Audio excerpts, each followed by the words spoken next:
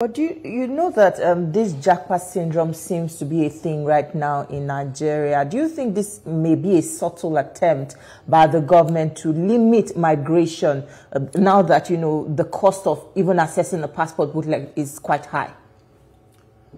Migration governance is simple. If you don't want citizens to travel, you engage them.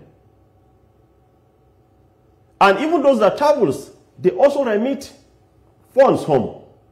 So Japa is not a problem. Japa is not a sin. Japa is just the trend. Other people move to Nigeria. Just like our citizens also go outside the country. And our citizens are very, very productive outside the country. They are also improving the image of the country at various areas of specialization. So it's not as if they Japa and then they go there and sit down and they are nuisance. No. There's no country that doesn't have its own human mobility. But the only way you manage the human mobility is through migration governance.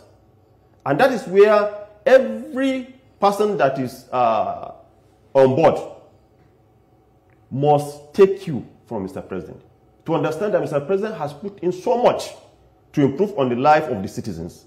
And if the citizens are getting the best at home, they will not Japa. Okay, let's take a look at this other issue, the visa reciprocity being adopted by the federal government. Would you say it can positively impact on the Africa First agenda? And just recently we had the Kenya, for instance, that made visa accessible, available to every African.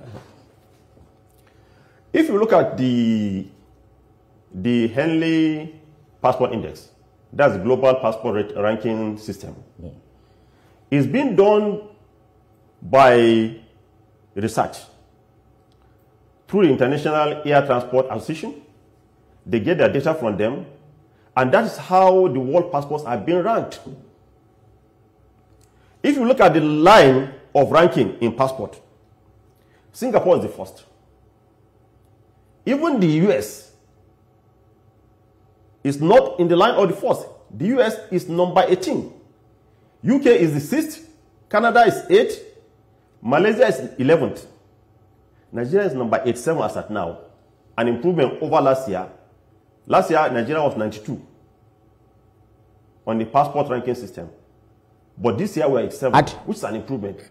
And that has to do with the much activities of Mr. President in improving the economy.